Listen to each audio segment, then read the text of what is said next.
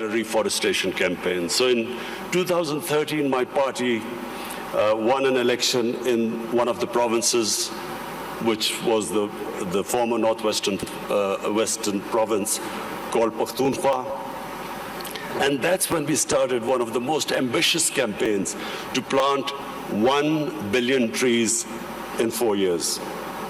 And against all odds, we did it. No one expected it to happen, but we involved the local communities. We first made them understand how important trees were for the future. We made the people understand that Pakistan was very vulnerable to climate change. And we appealed to the people. We involved women in the mountainous areas to grow nurseries. And it became one of the most successful campaigns in our country's history of forestation. So we planted 1 billion trees. So when I became the Prime Minister, I resolved that we would plant 10 billion trees in Pakistan in the next 4 years. And this is now our objective. The experience we learned from the KP province, we are now using that experience to grow these nurseries, involve local communities, especially involve women, because they were very good in planting, developing and planting nurseries. So, why is it important for us to grow trees? For two reasons. One, as I mentioned, that Pakistan is vulnerable to global warming. Secondly, in our cities, pollution has become a silent killer. So unfortunately, there was no plan before, and our cities got very polluted, specifically Lahore, which had the pollution levels, like Delhi in India, rose high because for some reason our planners removed 70% of the trees for two reasons. One, as I mentioned, that Pakistan is vulnerable to global warming. Secondly, in our cities, pollution has become a silent killer. So unfortunately, there was no plan before, and our cities got very polluted, specifically Lahore, which had the pollution levels, like Delhi in India, rose high because for some reason, our planners removed 70% of the tree cover of Lahore in the last 10 years. Apart from the environmental aspect now, the third thing I realized, that you cannot make your economy grow unless and until there is peace and stability. Pakistan in the 80s became part of what was the Afghan Jihad. Pakistan became allied with the US to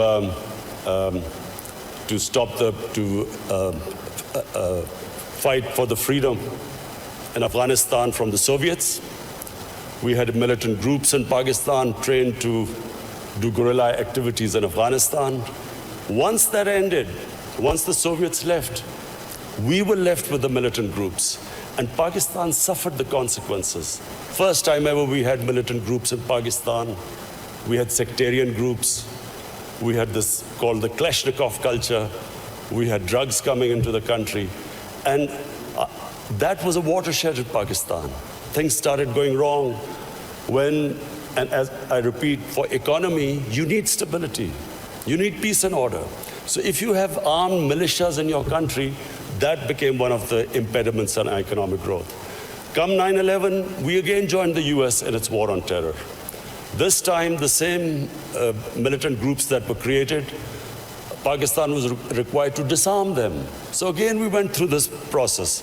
70,000 Pakistanis died in it. And of course, what was hit was economic growth. And then the image of Pakistan, a dangerous place in the world.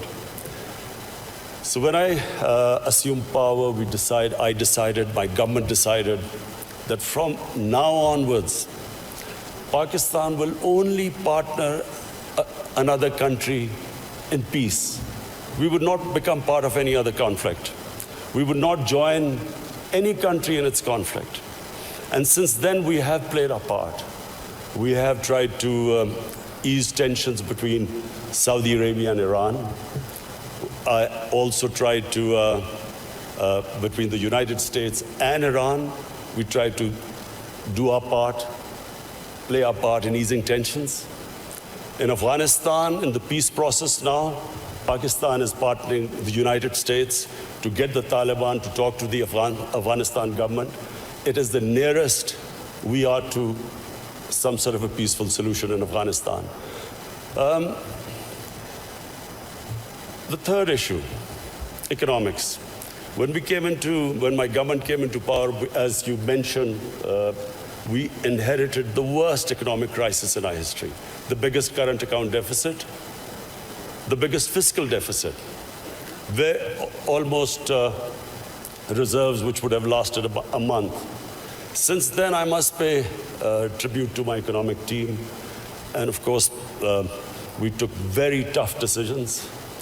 I have been in public eye for 40 years, but the sort of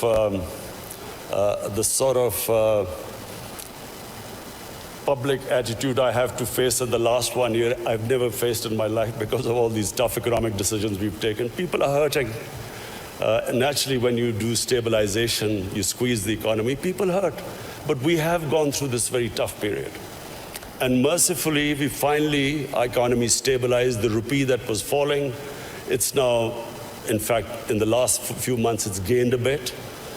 Our stock market has gone up. Investment in Pakistan year to year has gone up by 200%. So things are we are in the right direction, although I have to say we still have a lot of hard work to do. This year now, we are looking towards economic growth. The idea is now so that we provide employment, bring in investment in Pakistan, create the conditions. And I'm happy to say that in 1 year, according to the World Bank, that index of ease of doing business, Pakistan went up 28 points in the ease of doing business. We were in the top 10 countries which made the biggest improvement.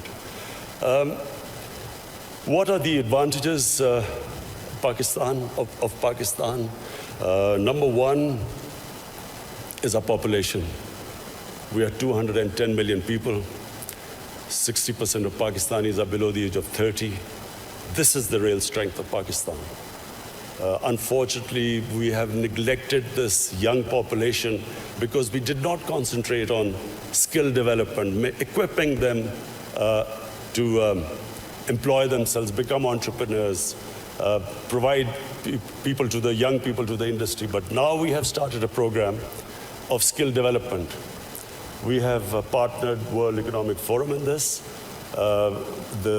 program of Skill Gap, and we have laid a huge amount of money for startups, young people, encouraging them to start their own businesses. This is the first time we've done apprenticeship. We are encouraging industries now to employ young people. So this is really a big source. This is a big resource which will, we hope, one day lift Pakistan. The other advantages Pakistan have, number one, is our mineral wealth. Sadly, untapped. Pakistan is sitting on one of the most precious gold and copper reserves.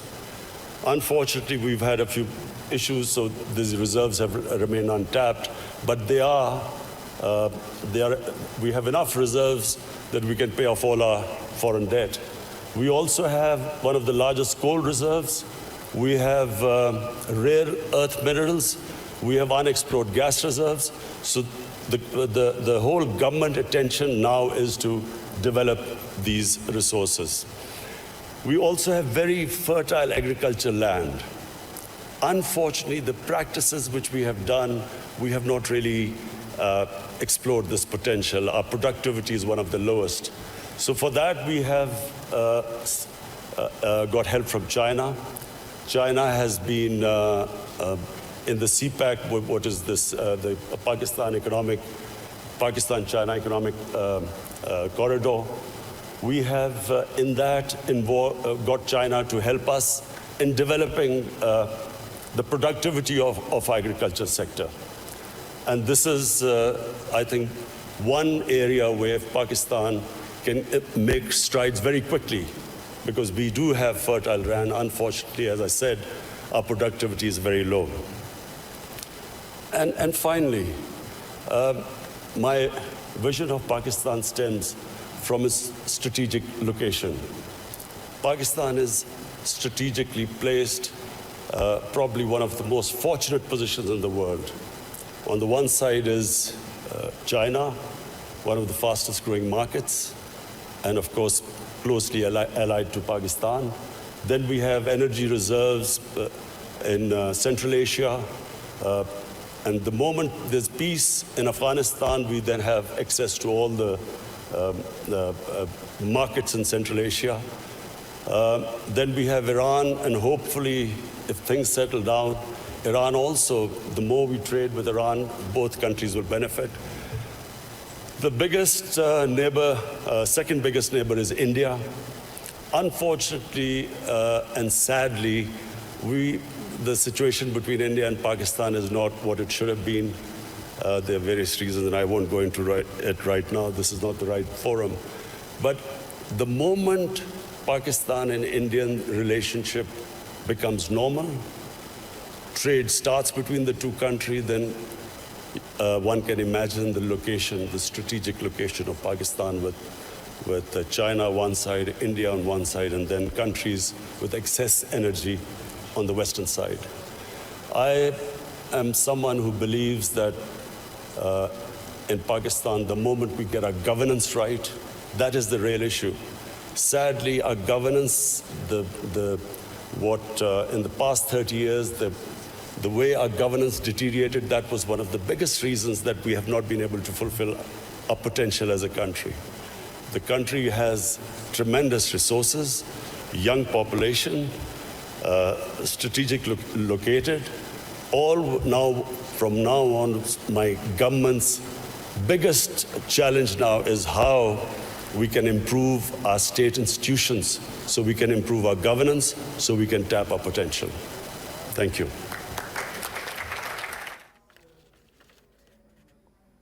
वज़ीर-ए-आज़म इमरान खान का आलमी इक़्तिसादी forum से खिताब। मुझे पाकिस्तान से ख़ुसूसी लगाव है। उन्होंने कहा कि खैबर पख्तूनख्वा में बिलियन ट्री मंसूबे का आगाज़ किया। शहरों में आलूदगी खामोश कातिल बन गई। मुझे पाकिस्तानी पहाड़ों से लगाव है। उन्होंने दहशतगर्दी के खिलाफ बात करते हुए कहा कि दहशतगर्द ग्रुप्स की वजह से पाकिस्तान को मुश्किलात का सामना रहा। दहशतगर्दी के खिलाफ 70,000 पाकिस्तानियों ने कुर्बानियाँ दी। इसलिए हमारी गवर्नमेंट ने फैसला किया कि हम दूसरे ममालिक के साथ सिर्फ अमन की बुनियाद पर ताल्लुकात बनाएंगे, किसी जंग में उनका साथ नहीं देंगे। मुआशी हैसियत से पाकिस्तान ने काफ़ी मुश्किल हालात देखे हैं।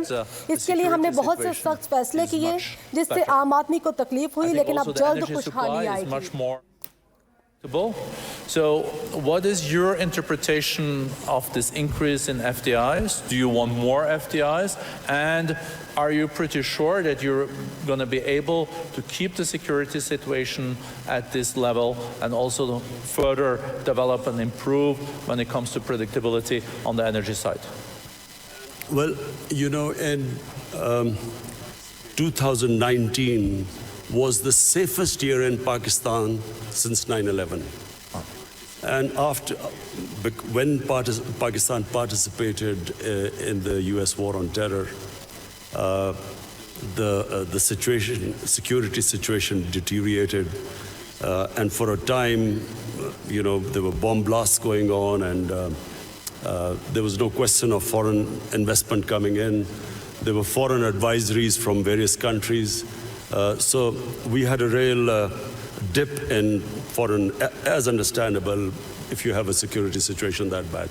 So 2019 was the most, the safest year after 9/11. And that was reflected in our tourism. And between 2018 and 19, our tourism doubled in 1 year.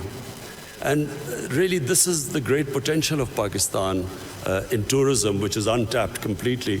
Because Pakistan has historical tourism.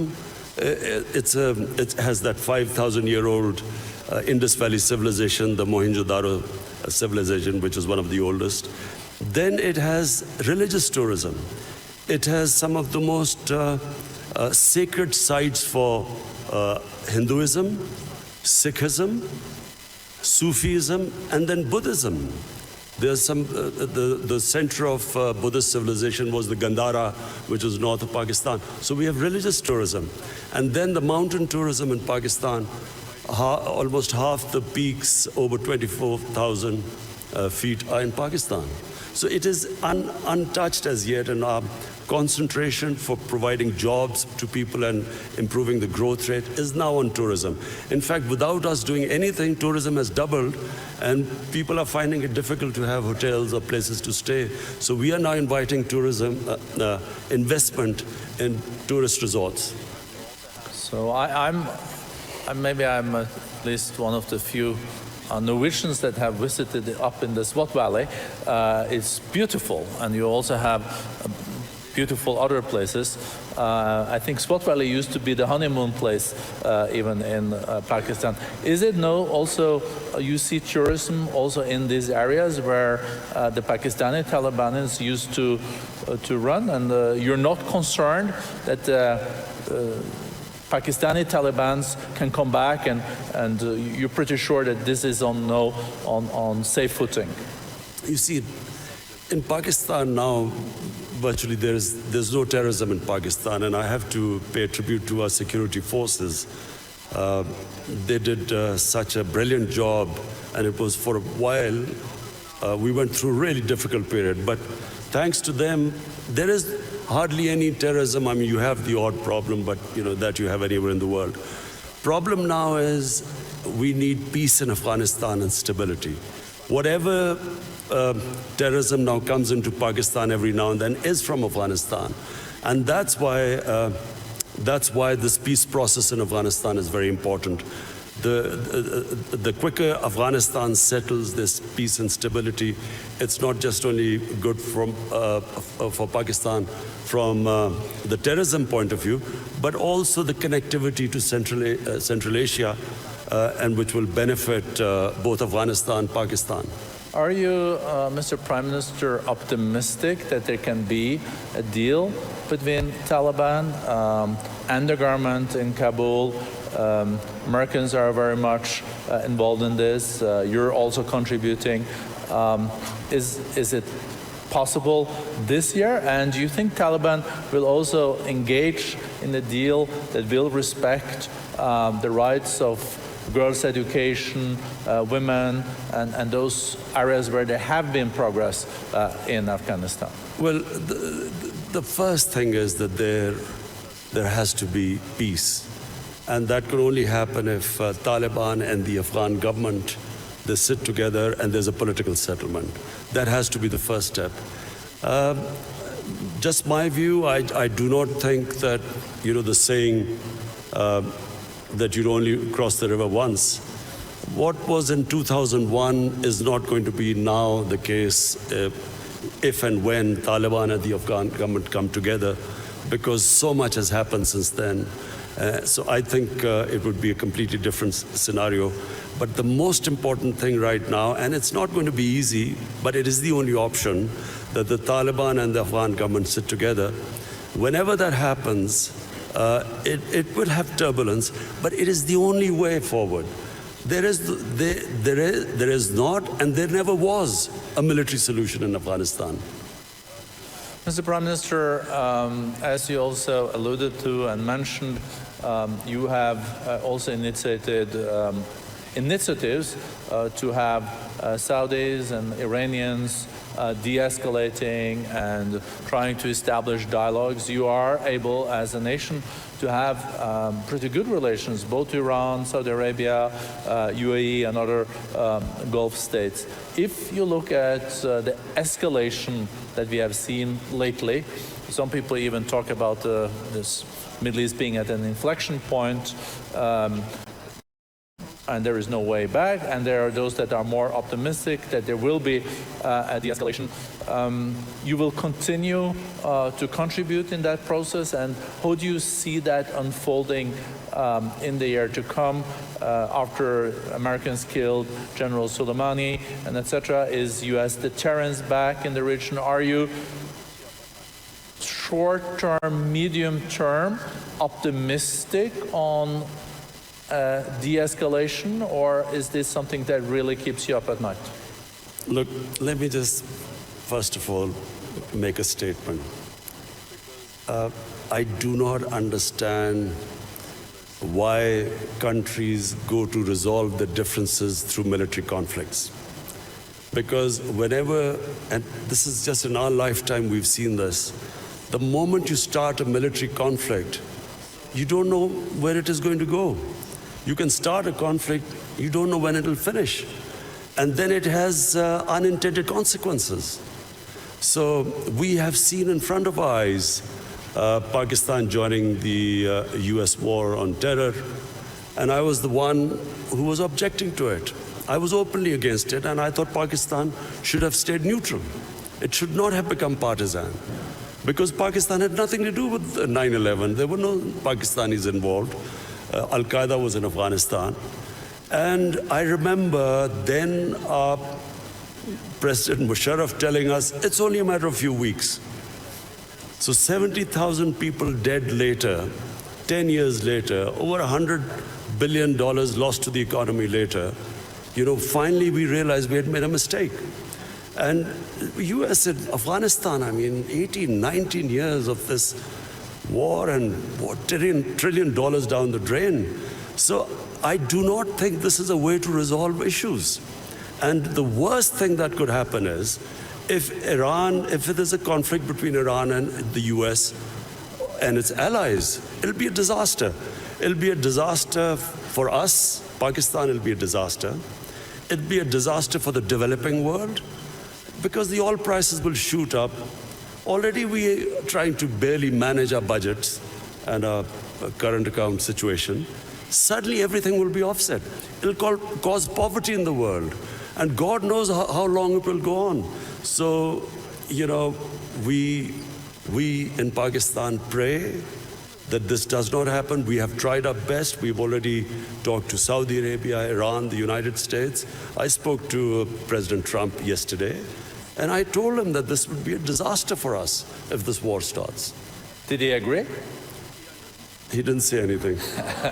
You can share with us. It stay in this room. No, I'm serious. He didn't say anything.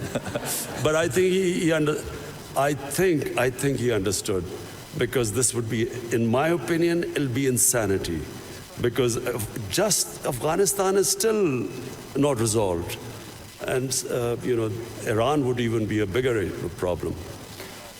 Mr. Prime Minister, you also underlined, coming back to the more domestic opportunities and challenges in your country, this accelerator that we have agreed on skills and upskilling and reskilling between the World Economic Forum and Pakistan. I think there is a huge potential. I think the youth bulge, the youth of Pakistan is a huge opportunity. How important do you think education is in this context, and how do you look at the national curriculum and the madrasas and the importance of teaching world-class math and sciences?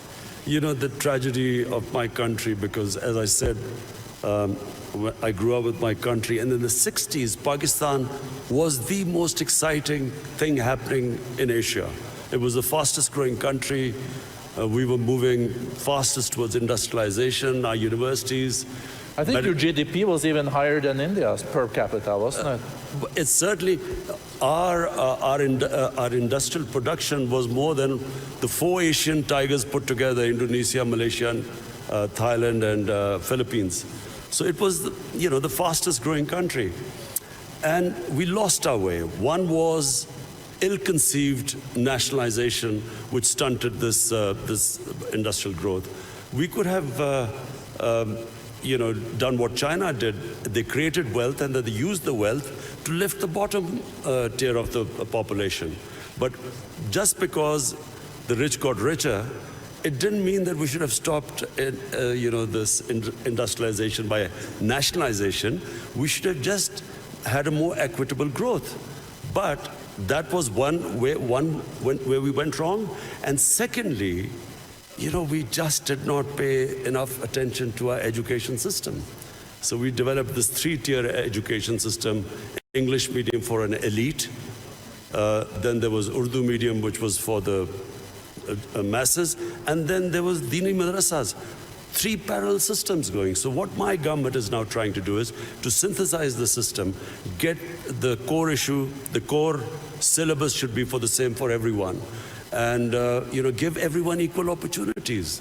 The education system actually created the differences, economic differences between people, because people could not go on to the higher class because they were not equipped by the education system. So this is what we are trying to do, change the flaws of education system by synthesizing it. Thank you very much, Prime Minister. I see that time is out. I would like to continue this conversation. I think we're all very impressed with the reform agenda. We're seeing economic growth is being back. We see that foreign direct investments are there. So thank you for sharing this with the community. Well, economic growth is still coming, hopefully this year. The economy has stabilized. The growth is the second thing. As I said, I have never been insulted so much. Not insulted is not the word, but lacerated by the media, the way the media has attacked me because of the stabilization program.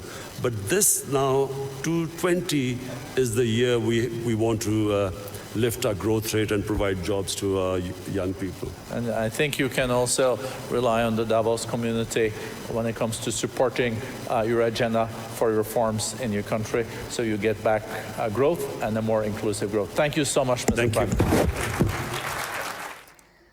वज़ीर-ए-आज़म इमरान खान आलमी इक़्तिसादी forum से गुफ्तगू करते हुए उन्होंने कहा कि पाकिस्तान में सयाहत को फ़रोग़ दिया जा रहा है। पाकिस्तान में अब दहशतगर्दी नहीं है। तमाम सिक्योरिटी इदारों की कारकर्दगी काबिल तहसीन है, जिन्होंने पाक सरज़मीन को दहशतगर्दी से पाक किया। अब पाकिस्तान अफ़गानिस्तान में अमन के लिए सहूलतकार का किरदार अदा कर रहा है।